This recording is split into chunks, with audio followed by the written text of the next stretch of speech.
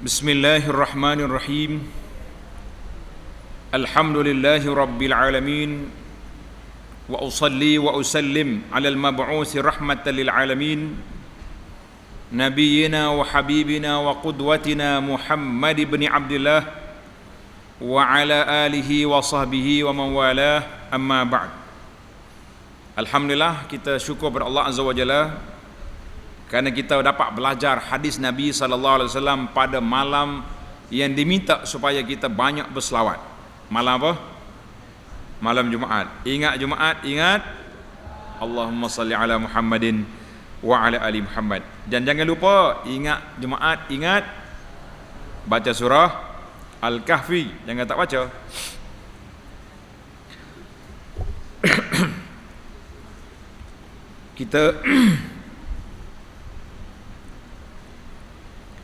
Kita telah masuk dalam bab yang ke, tengok kitab kita.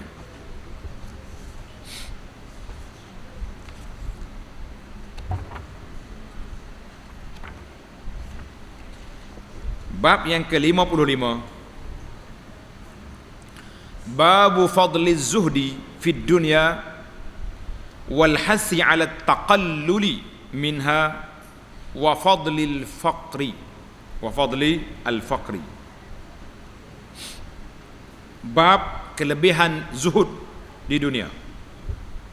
Dalam siri yang dulu kita dah bincang tentang makna zuhud. Apa makna zuhud? Siapa dia ingat makna zuhud? Zuhud maknanya tidak ada kecintaan kita dalam hati kita kepada dunia. Sayang ke barang-barang tak apa, tapi cinta tu. Siapa peringkat susah hati kita duk mikir dunia ni, itu dia panggil tidak zuhud. Maka Nabi kita sallallahu alaihi wasallam sebut dalam beberapa hadis yang kita baca ni kelebihan zuhud di dunia dan anjuran agar mengejar perkara-perkara keduniaan dan keutamaan golongan yang fakir. InsyaAllah kita sudah masuk kepada siri yang ketiga dalam bab az-zuhud ini, bermula daripada hadis yang ke-467 tanda pelajar, iaitulah hadis yang ke-11. Hadis yang ke-11 di dalam bab ini. Wa an Abi Hurairah radhiyallahu anhu qala Rasulullah sallallahu alaihi wasallam, unzuru ila man huwa asfala minkum wa la tanzuru ila man huwa fawqakum fahuwa ajdaru alla tazdaru ni'matallahi alaikum. Muttafaqun alaih wa hadza lafzu Muslim. Maksudnya daripada Syekh Abu Hurairah radhiyallahu anhu, as-sahabi al-jalil, sabda Nabi sallallahu alaihi wasallam, pandanglah, tengoklah orang yang berada di bawahmu, dan jangan kamu memandang orang yang berada di atasmu, kerana yang demikian itu lebih baik, agar kamu semua tidak menganggap remeh nikmat Allah yang telah dikurniakan kepada kamu. Tanda ni pelajar, hadis ini riwayat Imam Bukhari, Muslim, dan lafaz bagi Muslim. Wa fi riwayatil Bukhari, tengok nota di bawah dia terjemahan, iza nazara ahadukum ila man fuddila alaihi fil mal wal khalq falyanzur ila man huwa asfala minhu. Jika salah seorang kamu di antara kamu semua melihat orang yang dilebihkan harta dan fizikalnya, kita tengok harta dia banyak, tua dia comel, maka dia melihat orang yang ada di bawahnya. Tulis pelajar, hadis ini adab kita berinteraksi dengan perkara-perkara dunia. Adab kita berinteraksi dengan perkara dunia. Kita kalau asyik duk tengok orang banyak harta pada kita, orang atas mana, orang kaya, orang pakar besar, orang hebat daripada kita. Kalau kita duk tengok orang atas, sampai bila kita nak bersyukur? Tak bersyukurlah kita. Duk main aku kereta buruk je kan. Ni ada orang buat gambar video pendek. Menarik dia ni. Mula-mula dia naik basikal. Pas dia tengok orang naik motosikal, foto dia. Aku nak motor. Kerjalah dia boleh motosikal. Naik motor, mai kereta foto. Nak kereta, mai kereta nak obsah lagi. Akhir kali tengok orang naik kapal terbang. Maknanya sifat tamak tu tak akan berhenti. Ini bahasa kita. Orang bahasa motivasi dia kata lain pula. Dia kata kalau kita nak maju, kita kena tengok orang lebih maju. Itu dari sudut motivasi. Tapi dari sudut hati, dari sudut nak mendidik nafsu, kita jangan tengok orang atas, kita tengok orang di bawah. Mana kita kena asinglah dari sudut orang panggil nak motivasi, nak kepercayaan lain. Tapi dari sudut kita nak didik jiwa kita, jangan tengok orang atas, kita tengok orang yang lebih rendah daripada kita, pangkat dan harta. Jadi kalau kita naik kereta, tengok-tengok mari hujan, kereta kita buruk dah. Buruk pun kalau hujan basah ke tidak? Tak basah, kecuali kereta buruk terlajak, banjir itu. Tiris, itu lain lah. Orang lain naik motosikal, besar motosikal dia pagi. Basah ke tak basah dia? Baik aku naik kereta, alhamdulillah. Jadi kita akan jadi manusia yang bersyukur. Tapi kalau asyik duk tengok orang kaya, ya Allah, penat kita. Dia tak malah duk garu kepala kenapa lah aku tak kaya. Akhir kali duduk atas bukit dia Kuala Kerai tu. Hospital lama Kuala Kerai tu telah dijadi hospital sakiteri, hospital sakit jiwa dia panggil. Baru duduk atas tu baru relax dah. Penuh situ siang malam tengok bukit. Jangan. Tulis belajar. Yang pertama, dalam bab keduniaan kita jangan tengok orang lebih kaya daripada kita. Tulis. Nombor 2, dalam perkara ibadat dan akhirat, tulis cepat di kitab tu. Di dalam perkara ibadat dan akhirat, kita kena tengok orang lebih hebat dari kita. Baru semangat. Nah, ni tengok. Aku pergi kat masjid 2 kali sehari, jiran sekali je. Hebat aku. Lah. Kita kena mari tengok. Kita mari duduk belakang-belakang, tengok orang duduk suara depan. Masya-Allah, Pak Cik Haji tu, tak boleh nak potong dia. Aku pergi pukul 5, dia 4.30 sampai dah. Mana kita lebih tengok. Sahabat kita ni baca Quran satu hari 1 juzuk. Kita setengah juzuk. Lah, mesti aku naik taraf 1 juzuk. Mana dalam bab akhirat kita mesti tengok orang atas pada kita, dalam bab dunia kita tengok orang bawah daripada kita. Baru kita jadi manusia bersyukur, insya-Allah. Baik, hadis yang ke-468, hadis nombor 12 dalam masalah kita ini. Wa anhu anin nabiy sallallahu alaihi wasallam ta'isa 'abdud dinar wad dirham wal qatifati wal khamisah in u'tiya radi wa illam yu'ta lam yarda, rawahul Bukhari. Daripada Abu Hurairah radhiyallahu anhu, sabda Nabi sallallahu alaihi wasallam, celakalah hamba dinar, hamba dirham, hamba beludru. Apa dia bahasa ni? Hamba dia panggil al-qatifah. Qatifah ni dipanggil saubun lahu kham, maknanya baju daripada sutra tu. Wal khamisah, hamba busana. Busana ni pakai hak comel-comel itulah. Pakai baju muslimat wanita kita ni.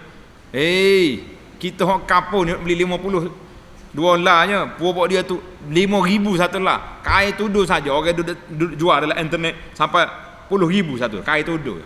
Enggak apa kerja puak dia ni. Kan. Ini tu hamba kepada pakaian belaka tu. Mana artinya hamba kepada barang-barang dunia ni, kepada duit, kepada wang ringgit, kepada pakaian, kepada macam-macam hamba. Nabi kata in u'tiya radi, apabila dia diberi, dia berasa senang. Bila dia dapat hak dia nak, happy dia. Wa illam yu'ta lam yarda, dan sekiranya tidak diberi apa yang dia nak, dia tidak redha, tak tenang hati dia. Jadi para jemaah, para pelajar sekalian, tulis itu bahayanya memperhambakan diri kepada kehendak dunia. Tulis, bahaya memperhambakan diri kepada kehendak dunia. Dunia ni kata di para ulama, ad-dunya zillun zailun. Ini pelajaran tulis bahasa Arab. Ad-dunya zillun zailun. Maksud dia apa? Tulis. Dunia ini seperti bayang. Siapa dia sempat kejar bayang dia? Waktu pukul 1:30, pukul 2, tengah hari. Kita kejar bayang kita. Kita pijak kepala kita. Itulah bandingan dunia. Kejar, lari dia. Mu jangan kejar dunia. Mu tunggu itu dia berhenti juga. Betul tak? Bayang kita, kalau kita berhenti, lari. Dia lari ke tak? Wahakadzad dunia. Macam itulah bandingan dunia. Bayang kita kejar, dia lari. Kita berhenti, dia berhenti.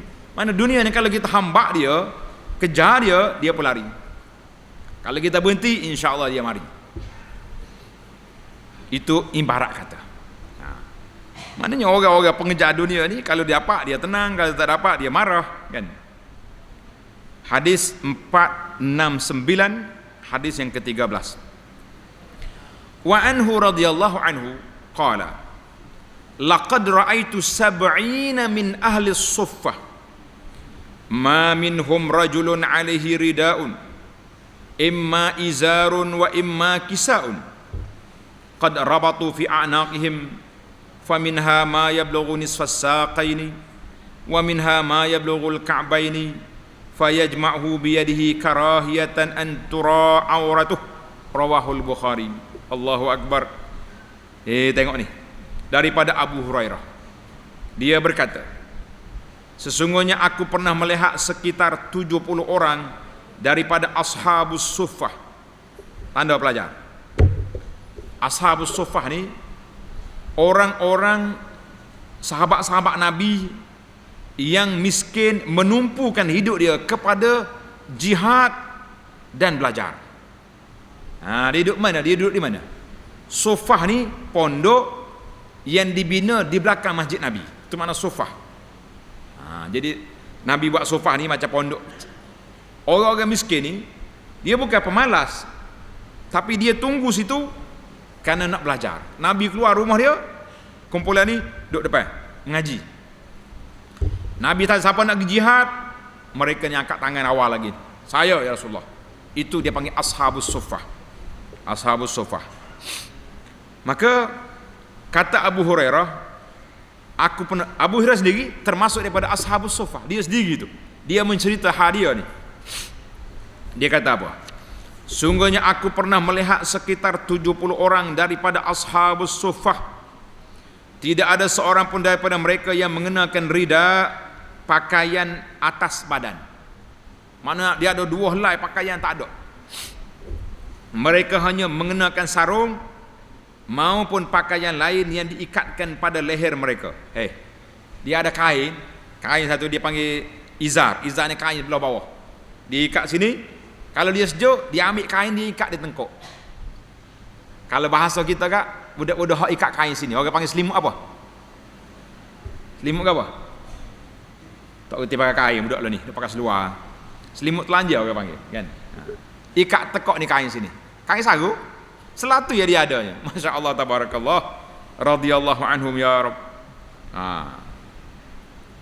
Mereka hanya mengenakan sarung maupun pakaian lain yang diikatkan pada leher mereka. Di antara mereka ada yang kainnya sampai ke tengah betis dan ada yang sampai ke buku lali, sehingga dia menarik-narik dengan tangannya kerana khawatir jika auratnya terbuka. La ilaha illallah Muhammad Rasulullah. Zuhudnya pokok ni. Itu pakaian. Dari sudut makanan macam mana?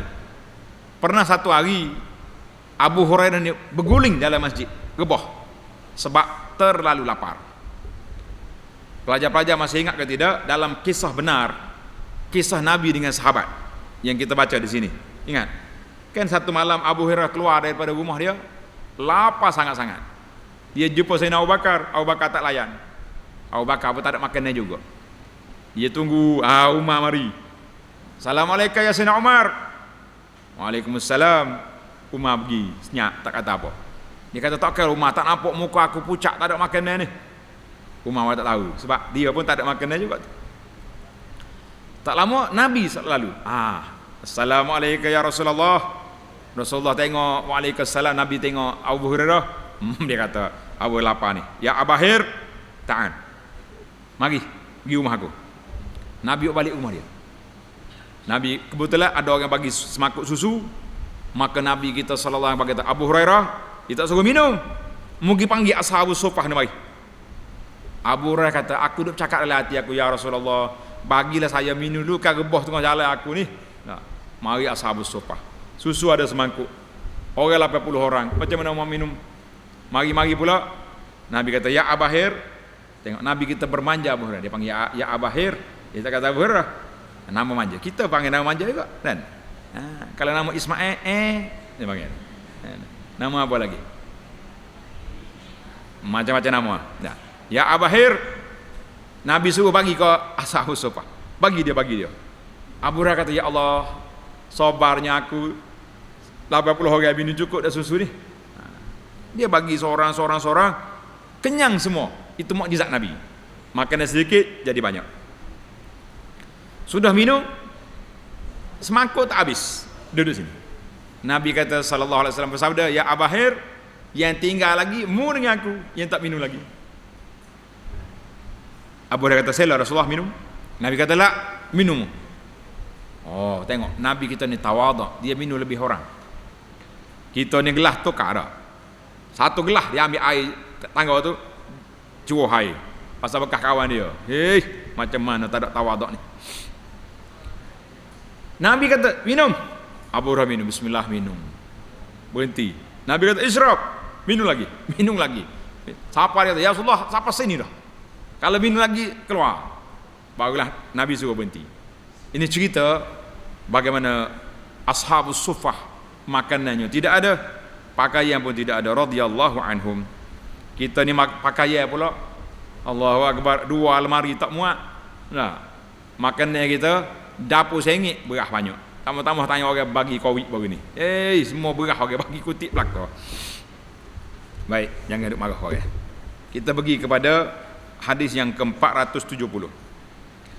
Wa anhu qala Rasulullah sallallahu alaihi wasallam, ad-dunya sijnul mu'min wa jannatul kafir.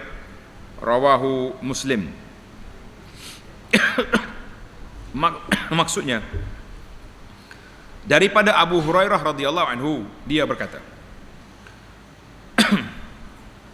sabda Nabi sallallahu alaihi wasallam, Nabi kata, dunia ini seperti penjara bagi orang mukmin dan syurga bagi orang kafir.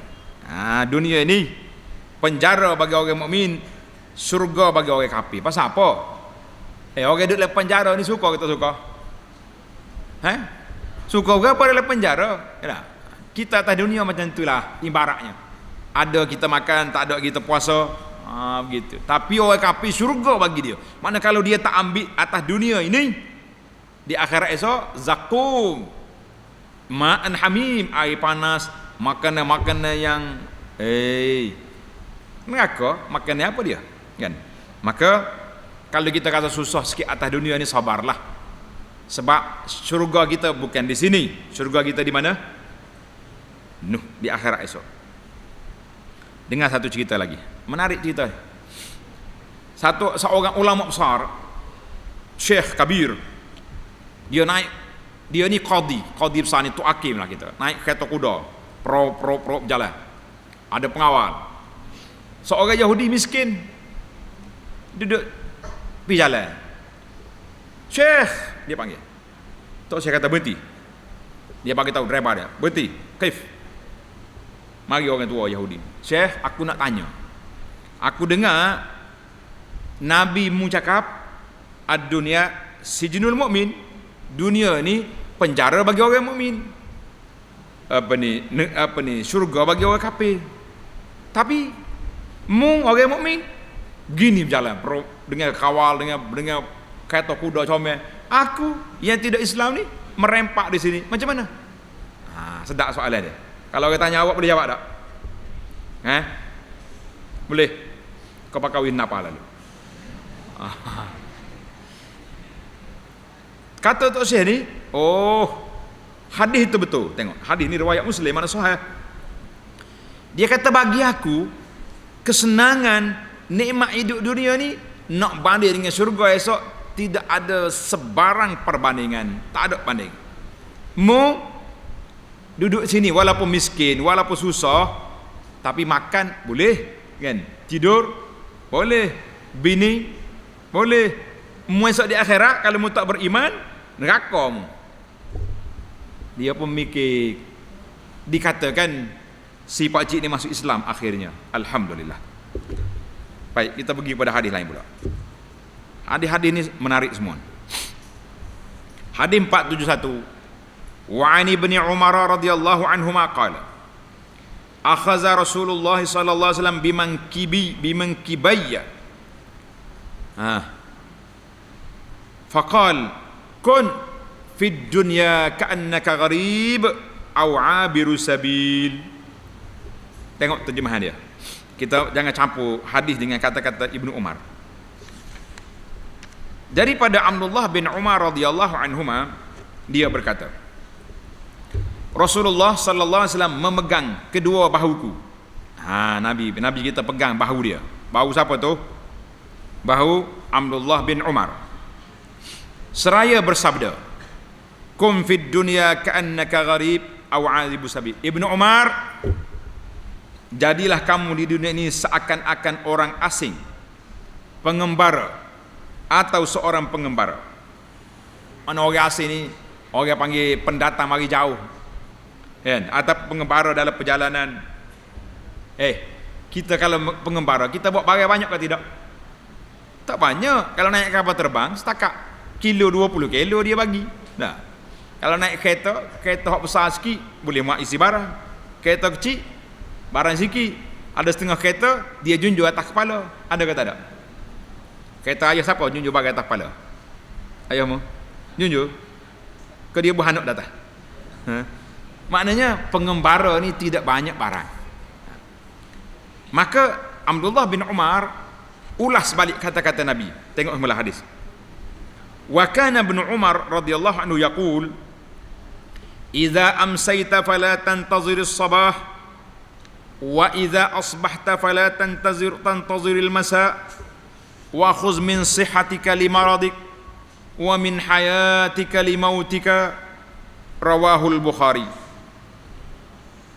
Ibnu Umar apa kata? Maknanya dia tambah balik hadis Nabi tadi, dia hurai balik. Apabila kamu berada pada petang hari, maka janganlah kamu tunggu datangnya waktu pagi untuk bertaubat, untuk beribadat, untuk beristighfar. Jangan tunggu esok, boleh jadi kita mati malam ni. Dan apabila kamu berada di pagi hari, maka janganlah kamu menunggu waktu petang. Kita taubat kata kaya lah kok. Nah, jangan. Gunakanlah waktu sihatmu untuk menghadapi waktu sakitmu. Mana waktu sihat ni lah kita beribadat, kita buat perkara yang baik-baik. Kalau sakit esok, tak nak buat tak boleh dah, tunggu pahala pencen. Dan gunakanlah waktu hidupmu untuk menghadapi saat kematianmu. Hadis ini dalam Bukhari. Kata di Imam Nawawi rahimahullah ta'ala, dalam menjelaskan maksud hadis ini, para ulama mengatakan, tengok pelajar, janganlah kamu cenderung pada dunia dan jangan pula menjadikannya sebagai negeri tempat menetap. Itu kata ulama. Tulis tepi kita. Kata Abu Anah pula. Tulis Abu Anah kena kata juga. Nah, dunia ini bukan tempat tinggal, tetapi tempat meninggal. Tulis. Abu Anah kata apa? Dunia ini bukan tempat tinggal selamanya, tetapi tempat meninggal. Betul tak? Meninggal dunia. Mana dia tu? Meninggal dah. Gitu kerja kita. Baik. Jangan pula kamu berangan-angan untuk tinggal abadi di sana. Dan jangan pula bergantung padanya, kecuali seperti ketergantungan orang asing ketika berada di luar negeri.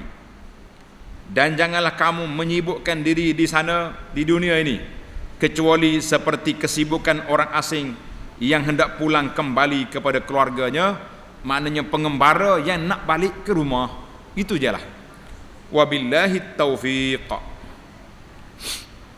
Habislah. Itu tanda pelajar. Gaya Nabi sallallahu alaihi wasallam, Nabi dengan umat dia sangat mesra. Tengok, bila Nabi nak ajar Ibnu Umar, akhaza bimankibaya, Nabi kita pegang bahu Ibnu Umar. Kita kalau jadi ustaz esok, kan, kita nak ajar pelajar-pelajar ni, kita pegang dia, gosok awal maya sunat tu. Sedap kata dah. Bagus, tak ada hak gelasa balik dia dah. Kalau tidak ke macam-macam jadi. Mana kita kena mesra, kan. Tengok dalam kisah Muaz. Ingat kisah Muaz? Hak Nabi nak ajar dia zikir lepas solat. Nabi kata apa? Nabi pegang dia. Nabi pegang tangan dia. Ya Muaz. Mana Muaz? Bukan tu Muaz, bukan Muaz. Bukan Muaz ni. Dia tunjuk kawan dia. Hak tu Muiz. Ya Muaz, inni uhibbuk. Tengok. Nabi kata, "Hey Muaz, aku sayang kamu." Baru Nabi ajar. Tengok. Nabi kita nak suruh Ibnu Umar ni zuhud. Dia pegang atas bahu dia. Ya Ibnu Umar, kun fid dunya ka'annaka gharib aw 'abiru sabil. Ini maknanya itu cara Nabi kita mahabbah. Tapi kalau pelajar-pelajar ni tidak digalakkan, berjalan duduk dekat kawan-kawan, la. Tidak baik. Lama-lama jadi benda lain, kan? Jadi adik abang pula. Bahaya besar. Bahaya ke tidak apa? Bahaya. Mari kita pergi kepada hadis lain pula. Hadis yang ke-472.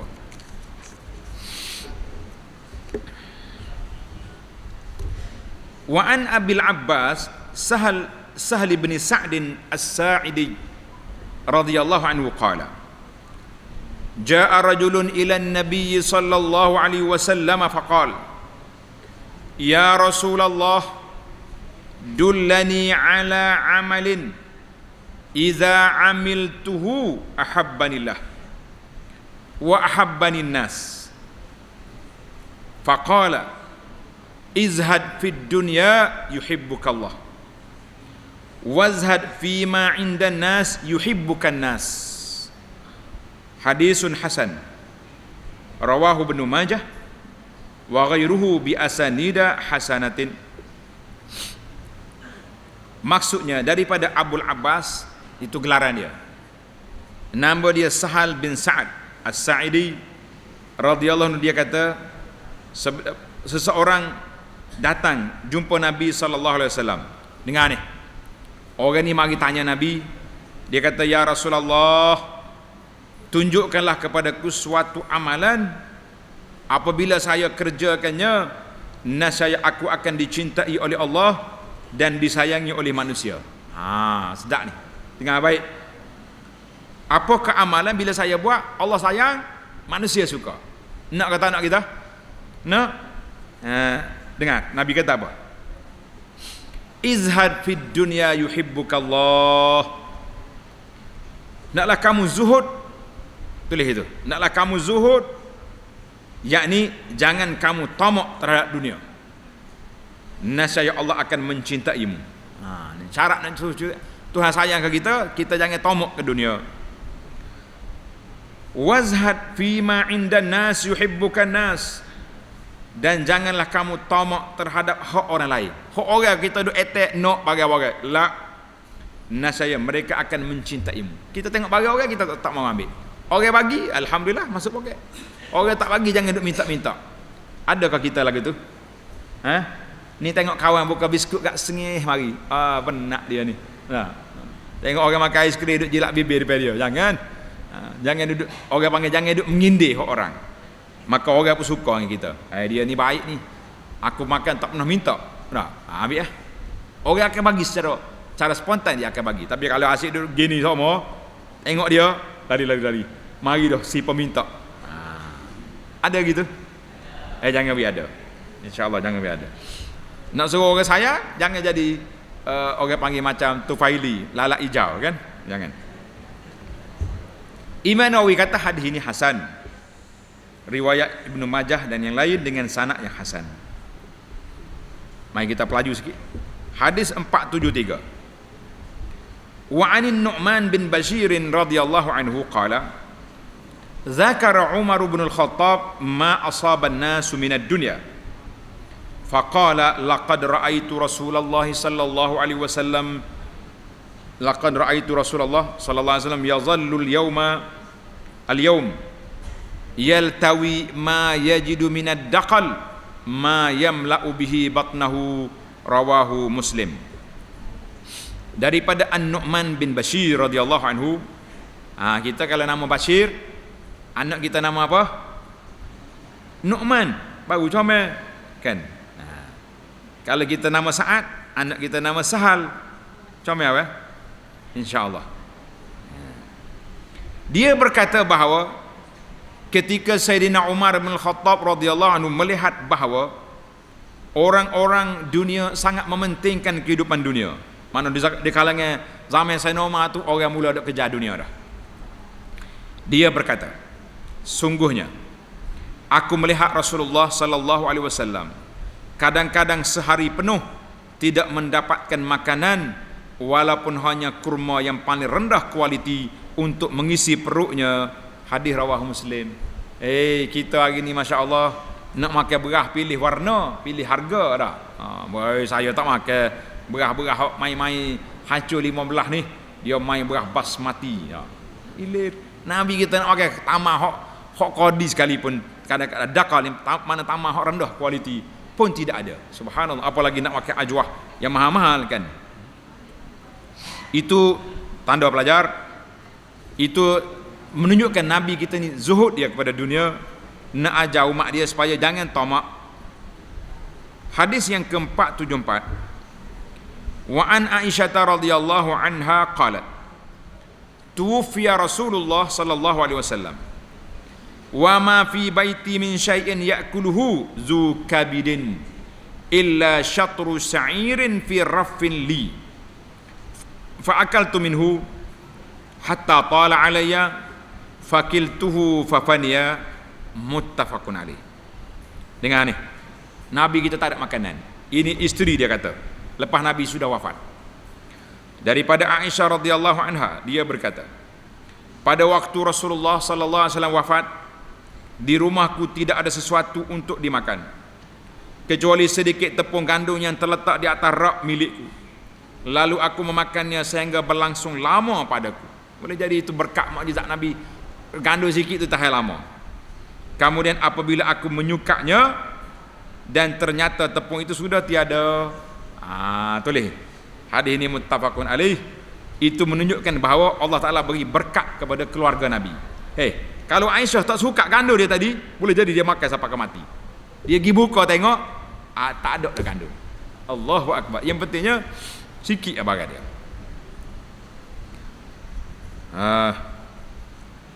Hadis yang ke 475. Hadis yang ke-475. Wa an Amri bin al-Haris. Wa an Amri, tambah waw. Kalau tak ada waw, kita kena baca an Umara.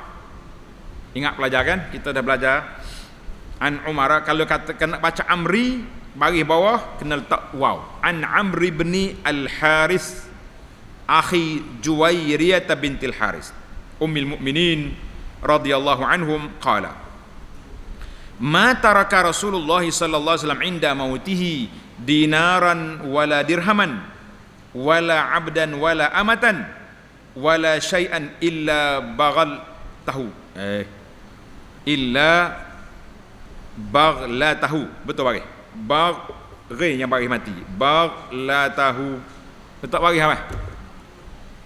Illa baghlatahu al-bayda allati kana yarkabuha wasilahuhu wa ardan ja'alha libni sabil sadaqatan, rawahul Bukhari. Daripada Amr bin al-Haris, saudara adik-beradik kepada Juwairiyah bintil Haris ummul mukminin radhiyallahu anha, dia berkata bahawa ketika Rasulullah sallallahu alaihi wasallam wafat, baginda Nabi sallallahu alaihi wasallam tidak meninggalkan dirham dan dinar, tak ada duit. Tidak meninggalkan hamba, tak ada hamba lelaki-laki ataupun hamba, bukan kanak-kanak tu, tulis hamba laki-laki ataupun hamba perempuan. dan tidak pula meninggalkan apapun kecuali bagal, keldai putih, dia panggil donkey, yang biasa baginda gunakan sebagai kenderaan, serta pedang dan sebidang tanah yang disedekahkan untuk Ibnu Sabil, untuk orang-orang yang mengembara yang terputus bekalan. Hadis ini rawahu Al-Bukhari. Inilah yang menunjukkan kepada kita bahawa Nabi kita sallallahu alaihi wasallam apa dia? Dia tinggal tak ada harta. Tulis pelajar. Kata di ulama sirah, Nabi kita sallallahu alaihi wasallam tak sempat keluar zakat. Sebab apa Nabi tak sempat keluar zakat? Kenapa? Mari harta dia bagi, tak cukup haul, dia panggil, tak cukup setahun. Kita ni habis kena keluar zakat. Banyak doa duk pinggir duk sipai harta. Harta saya sangat. Akhir kali masuk kubur saja kita, tak ada apa-apa. Baiklah, kita masuk pada hadis yang ke-20 dalam bab ini. Hadis ini banyak ni, 34 hadis semua. Ini baru 20 baru.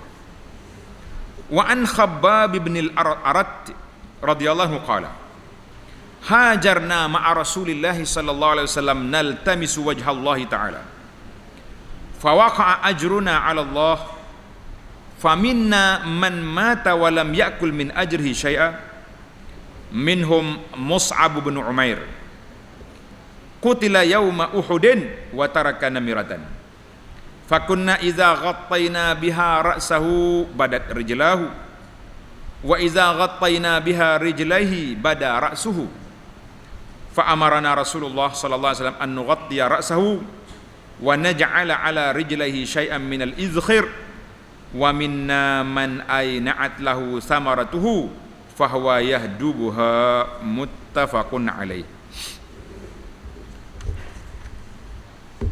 Maksud dia daripada Khabbab, daripada Khabbab Ibnul Arat,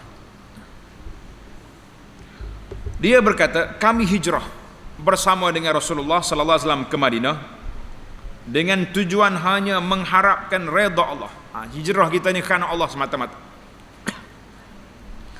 Maka terserah kepada Allah akan pahala kami. Allah Ta'ala lah balas pahala kami. Namun ramai di antara kami yang meninggal dunia sebelum menikmati hasil perjuangannya. Tak nampak kemenangan lagi sedikit pun. Di antaranya Mus'ab, tulis dengan sad, Mus'ab bin Umair radhiyallahu anhu, yang terbunuh syahid dalam peperangan Uhud. Dia hanya meninggalkan sehelai kain kapas yang sangat kasar. Mana tubuh dia tu ada selai kainnya. Apabila kami menutup kepalanya dengan kain itu, maka terbukalah kedua kakinya. Dan apabila kami menutup kedua kakinya, maka terbukalah kepalanya. Kemudian Rasulullah sallallahu alaihi wasallam menyuruh kami untuk menutup kepala. Nabi kata tudung muka dia dan kedua kakinya dengan rumput. Allahu akbar. Ambil rumput, tudung buat kain kapan. Dan di antara kami ada yang sempat memetik hasil perjuangannya dan dia dapat menikmatinya. Ada sahabatnya panjang umur. Nabi kita menang. Bila akan menang? Di dalam peperangan Khaybar. Dalam tafsir kita, peperangan Khaybar ni besar kemenangan dia. Sebab apa? Sebab harta Yahudi itu banyak. Hadis ini muttafaqun alaih. Perkataan an-namirah,